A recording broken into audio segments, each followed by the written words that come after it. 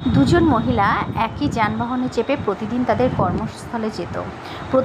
প্রথম মহিলা খুব সরল, সে যে কোনো কথা দ্বিতীয় মহিলার সাথে শেয়ার করতো, কিন্তু দ্বিতীয় মহিলা একটু চাপা টাইপের, সে কিন্তু সব কথা তার সাথে শেয়ার করতো না। প্রথম মহিলার অনেক দূর থেকে তার কর্মস্থলে যেতে হতো, কিন্তু দ্বিতীয় যে মহিলা তাকেও একটু দূরে যেতে হয়, কিন্তু প্রথম মহিলার মতো অতটা দূরে নয়।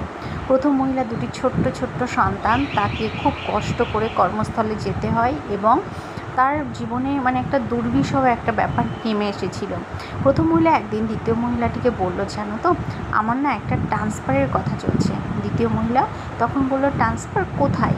বলল, এই তো তোমার বাড়ির কাছাকাছি, জানো তো, বেশ ভালোই হবে, আমারও অনেকটা কাছে হয়ে যাবে।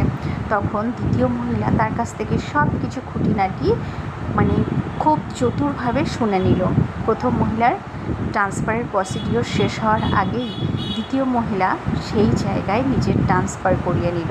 প্রথম মহিলা যখন সেটা শুনতে পেল, সে মন থেকে ভেঙে পড়ল। সে ভাবল, আমি শেয়ার করলাম অথচ আমাকেই জানালো না, আমার জায়গায় চলে আসলো। হ্যাঁ, আমাদের জীবনেও কিন্তু তাই হয়।